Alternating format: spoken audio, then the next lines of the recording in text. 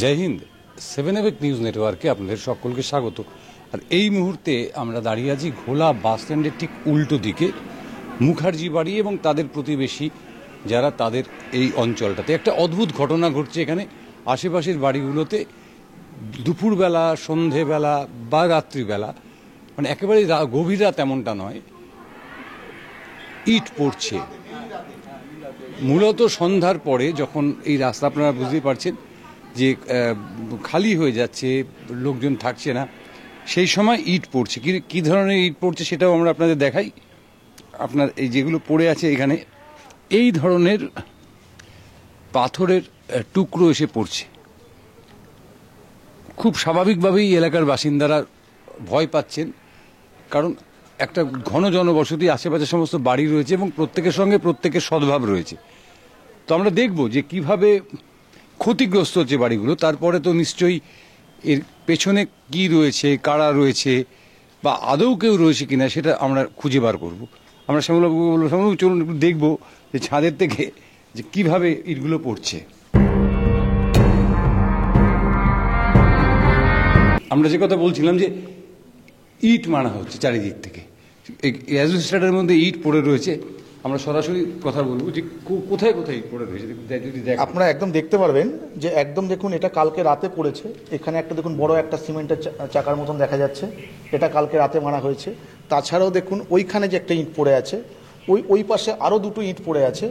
এরকম ইট প্রায়শই আমাদের টালির চালে মারা হচ্ছে, মানে অ্যাজবেস্টারে মারা হচ্ছে। আমার পাশে যেটা দেখতে পাচ্ছেন নতুন যে ঘরটা হচ্ছে, সেটার অ্যাজবেস্টার পুরো ভেঙে গেছে। আপনারা সেটাও দেখতে পারবেন একটু পরে যে কীভাবে ফুটো হয়ে গেছে একটা অ্যাজবেস্টার। শুধু এটা নয়, মানুষের গায়ে যদি লাগে, ধরুন এখন আমার সম্পত্তি ক্ষতি হচ্ছে, কিন্তু কারোর যদি ক্ষতি হয়ে যায়, কারণ মাথায় যদি লাগে, তাকে ইনজিওর্ড হয়ে যাবে, তাকে নিয়ে আমাকে হসপিটালে নিয়ে যেতে হবে। জঙ্গল পড়ে রয়েছে দেখতে পাচ্ছি। হ্যাঁ, এই জঙ্গলে কি লোকের যাতায়াত আছে? হ্যাঁ, এখন তো এখান থেকে লোকে যাতায়াত করতে পারে, বাজার পর্যন্ত যাওয়া যায় ও পিছন দিয়ে পুরো আর কি, এই ক্যালভার্টটা হয়ে যাওয়ার পর থেকে। ঠিক আছে, ওখানে কিছু ছেলেপিলে বসে আড্ডা মারে ঠিকই, কিন্তু মুশকিল হচ্ছে অত দূর থেকে আমাদের পক্ষে বোঝা মুশকিল যে কোন দিক থেকে বা কারা মারছে।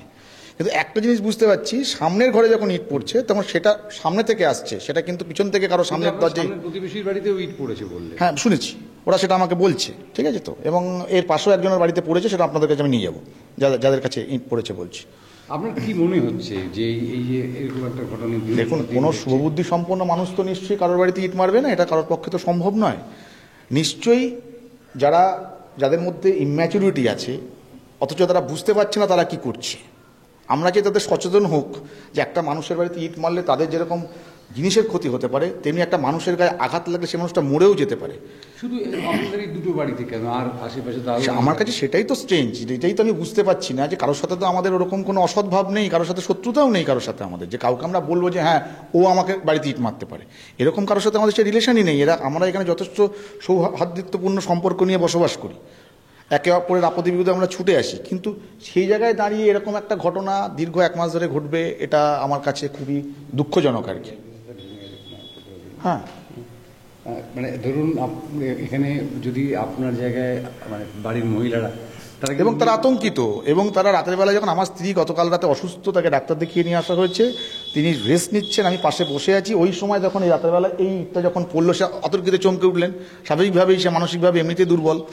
তারপরে ধরুন বাইরে বেরোচ্ছেন, এমন সময় যদি কারো গায়ে একটা ইট এসে পড়ে, সবাই ভাবছে কি সন্ধ্যের পরেই চিন্তা করছে বাইরে কি করে বেরোবো। দুম করে যদি একটা ইট গায়ে এসে পড়ে বা মাথায় এসে পড়ে, তখন আমরা কোথায় যাবো?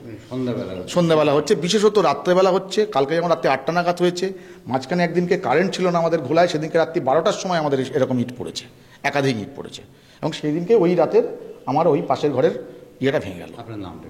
আমার নাম দেবাশিস বন্দ্যোপাধ্যায়। যদিন এই ঘটনা ঘটায় আমরা খুবই আতঙ্কিতের মধ্যে আছি। আমি লোকাল প্রশাসন এবং আমাদের যে কাউন্সিলর, তার সঙ্গে ওভার ফোনে কথা বলা হয়েছে। আমি প্রত্যেককে আলোকপাত করতে চাই যাতে এই ব্যবস্থা সুরাহা হয়। আপনারা দেখছেন যে এই যে ঘটনাটা, ওটা অস্বাভাবিক ঘটনা বলতে পারেন, যে এই সুস্থ মাথায় কেউ এই ধরনের ক্ষতি করবে, প্রতিবেশী প্রত্যেকের বাড়িতেই পড়ছে। এটা নিয়ে আমরা কাউন্সিলরের সঙ্গে কথা বললাম, প্রশাসনের সঙ্গে আমাদের কথা হয়েছে, তারা দেখবেন বলছেন, কিন্তু কেন হচ্ছে এই সময়, এটা কিন্তু একটা বড় প্রশ্ন। আমরা আশেপাশের বাড়িগুলোতেও কথা বলবো। দাদা, আপনার বাড়িতেও ইট পড়ছে নাকি? হ্যাঁ, আমাদের এটা ইট পড়েছে। হ্যাঁ, একটা অ্যাজবেস্টার ভেঙে গেছে। কোন অ্যাজবেস্টারটা ভেঙে গেছে? ওই শ্যামলবাবু একটু অ্যাজবেস্টার দেখান না, যে মানে আপনাদের কি মনে হচ্ছে, মানে কারা মারছে? ঠিক বলতে পারছি না, দেখলে হয়ে যেত, বলতে পারছি না কে মারছে। ভয় লাগছে নাকি? হ্যাঁ হ্যাঁ, বাচ্চা কাচ্চা আসছে যাচ্ছে খেলছে, ওটাই ভয় লাগছে বেশি আমাদের। ইট পড়ছে যখন, হ্যাঁ, রাত্রিবেলা। রাত্রিবেলা। আপনার নামটা একটু বলেন। আমার নাম জামাল উদ্দিন। আপনি কি করেন? এই যে মোটর গাড়ি চালায়। আমরা দেখছেন যে এক মানে ওনার বাড়ি একেবারেই ছোট, উনি একটা মোটর রিক্সা চালাচ্ছেন, তার বাড়িতেও ছাড় পাওয়া যাচ্ছে না, তার বাড়িতেও সেরকম একই ধরনের ইট পড়ছে। আমরা দেখবো আর কার কার বাড়িতে ইট পড়ছে। আমরা এক প্রতিবেশীর বাড়িতে এসেছি, উনি দেখাচ্ছেন যে ওনার বাড়ির ছাদ, মানে ছাদ নয়, অ্যাসবেস্টাস কীভাবে ফাটিয়ে দেওয়া হয়েছে ইট মেরে। এটা কিন্তু বলতে গেলে দোতলার উপর একটা ঘর, সেই ঘরের ছাদেও কিন্তু অ্যাসবেস্টাস ইট মেরে ভেঙে দেওয়া হয়েছে। দিদি, এটা কতদিন ধরে চলছে? এটা তাও জামাইবাবু যেরকম বললো মাসখানেকের মতো হবে, এরকম হচ্ছে আপনার আশেপাশে। বাড়িতে কবে পড়লো? আমাদের বাড়িতে এটা পড়েছে এই সপ্তাহখানিক মনে হয় হবে, ভয় লাগছে? 5-6 দিন হবে এরকম। বাড়িতে তখন আমরা কেউ ছিলাম না, শুধু আমার বড় ছেলেটাই ছিল। ও আমাকে দেখতে পেয়ে বললো মা ইট সঙ্গেই পড়েছে, ও তখন ঘরেই ছিল। ও দেখে বললো এখানটা ফেটে গেছে ইটটা পড়ে। ভয় তো স্যার, ভয় তো লাগবেই, কারণ ছোট বাচ্চা আছে আমার ঘরে আরেকটা, যদি মাথায় ফাথায় পড়ে যায় তো একটা দুর্ঘটনা ঘটার মতো একটা অবস্থা হয়ে যাবে। কারা মারছে? স্যার সেটা তো বলতে পারবো না কারা মারছে, কারণ আমরা এখনো দেখিনি কে মারছে। সেটা যদি দেখতে পেতাম তাহলে তো স্যার একটু অন্যরকম ব্যবস্থা হতোই। আপনার নাম? আমার নাম আজমিরা বিবি। তার মানে আপনারা বুঝতে পারছেন যে এই অঞ্চলের একাধিক বাড়ি জুড়ে একই রকম তাণ্ডব চালাচ্ছে। কে বা কারা আমরা কিন্তু এখনো সেটা জানতে পারিনি। বাড়ির অ্যাসবেস্টাস লক্ষ্য করে, বাড়ির গেট লক্ষ্য করে ইট ছোড়া হচ্ছে। আপনারা বুঝতে পারছেন যে স্থানীয় বাসিন্দাদের মধ্যে কিন্তু রীতিমতো আতঙ্ক ছড়িয়েছে। আতঙ্ক ছড়ানো স্বাভাবিক, কারণ এই যে ঘিঞ্জি অঞ্চল, সেই ঘিঞ্জি অঞ্চলে প্রত্যেকে প্রতিবেশী, প্রত্যেকের সঙ্গে প্রত্যেকের সম্পর্ক ভালো, কিন্তু ইট পড়ছে। কেন পড়ছে আমাদেরকে কিন্তু খুঁজে বার করতে হবে। আমার মনে হচ্ছে যেটা শুধুমাত্র ওদিক থেকে বা এদিক থেকে নয়, ডিফারেন্ট জায়গা থেকে, একদিন এদিক থেকে একদিন এদিক থেকে থ্রো করছে। এদিক থেকে থ্রো করলে তবে মিয়ার ঘরের ওপরে গিয়ে পড়তে পারে। এরকম বিভিন্ন জায়গা থেকে বিভিন্ন অ্যাঙ্গেল থেকে করার ফলে মানে এটার মধ্যে শুধুমাত্র কোনো একটা অসুস্থ মানসিকতা আছে এমনটা নয়, অসুস্থ চিন্তা ভাবনাও আছে বটে, এবং যার সঙ্গে যথেষ্ট বুদ্ধিমত্তাও রয়েছে। এবং এই সবকিছুর সংমিশ্রণে একটা অদ্ভুত রকমের খারাপ বিষয় তৈরি হচ্ছে বলেই আজকে আমরা বুঝতে পারছি না। আতঙ্কিত অবস্থা। এটা যখন আতঙ্কিত অবস্থা, রাত্রেবেলা বেরোতে গেলে চিন্তা হচ্ছে আমার কি তাহলে বা বেরোবো, রাস্তায় হাঁটবো, আমার গায়ে না একটা ওর ঘরে প্রতিদিন প্রচুর ছাত্রছাত্রী পড়তে আসে। তারা যখন কালকে বেরোচ্ছে, আমি শেডের তলায় দাঁড়িয়ে কথা বলছি যে ভাই আমার ইট পড়েছে। দিদি, কি মনে হচ্ছে আপনার, কিভাবে ঘটছে এই ঘটনাটা? কিভাবে ঘটছে তার সংশ্লিষ্ট ব্যাখ্যা আমাদের কাছে নেই বলেই একটা মারাত্মক রকম দ্বন্দ্বের মধ্যে আমরা রয়েছে। কারণ কোনোদিনও আমার বাড়ির বারান্দার মধ্যে ইট ঢুকে যাচ্ছে, কোনোদিনও ছাদে, কোনোদিনও পাশের বাড়ির অ্যাসবেস্টার ভেঙে যাচ্ছে। তারপরের দিন আমার ছাত্র এখান থেকে পড়ে বেরোচ্ছে, তার গায়ে লাগছে, আমার মা জল দিতে আসছেন, তার পায়ে লাগছে ইট। অর্থাৎ কিনা কোন দিক থেকে আসছে তার সঠিক ব্যাখ্যা আমরা কেউ জানি না, এবং অদ্ভুত রকমের একটা অসুস্থ বুদ্ধিমত্তার ফল বলে আমার এটা মনে হয়। কারণ অসুস্থ চিন্তা ভাবনা না হলে হঠাৎ করে রাত্রি মোটামুটি 8টা থেকে শুরু হয়। একদিনকে এর মধ্যে হঠাৎ প্রচন্ড রকম আবহাওয়ার দুর্যোগজনিত কারণে কারেন্ট অফ হওয়ায় রাত্রি 12টার সময় আমরা ইট পড়ার আওয়াজ পাই, এবং হঠাৎ করে বেরোনোর পরে দুমদাম 2টো ইট পড়লো, তারপরে আর কিন্তু কেউ নেই, যখন কিনা সারা রাস্তায় লোক ভর্তি। তৎকালীন সময়তেও এরকম ঘটনা ঘটছে। তাই সুতরাং আমরা কেউ যে মানে শুধু আমরা ইট পড়াটাকে আই উইটনেস করছি, কিন্তু কোথা থেকে আসছে তার সঠিক ব্যাখ্যা আমরা দিতে পারবো না। কোনোদিনও আসছে এদিক থেকে, কোনোদিনও আসছে এদিক থেকে। কিন্তু আপনার তো সামনাসামনি ইটও পড়ছে। হ্যাঁ, সামনেও পড়ছে, তাই তো বলছি, ওদিক থেকেও আসছে, কোনোদিনও এদিক থেকে আসছে, এক একদিন এক একটা অ্যাঙ্গেল থেকে আসছে।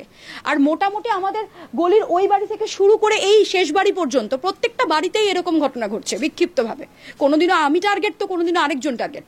সবাই মানে পাড়ার সবার মধ্যেকার সবাই আমরা বেশ ভীত, এবং রাত্রিবেলা যদি কেউ একটু খেয়ে উঠে হাঁটবো ভাবি, সেই পরিস্থিতিটাও পর্যন্ত বিঘ্নিত হচ্ছে। এই সুস্থ পরিবেশের মধ্যে এই অসুস্থতা সত্যিই চিন্তার কারণ। তনুশ্রী মুখার্জি। আমরা তনুশ্রীর সঙ্গেও কথা বললাম, কিন্তু একটা জায়গায় ধন্দ থেকে যাচ্ছে, সেটা হচ্ছে এই যে এটার পেছনে কোনো অলৌকিক ঘটনা থাকতে পারে না। অনেকে বিশ্বাস করতে পারেন যে অলৌকিক কেউ ইট মারছে।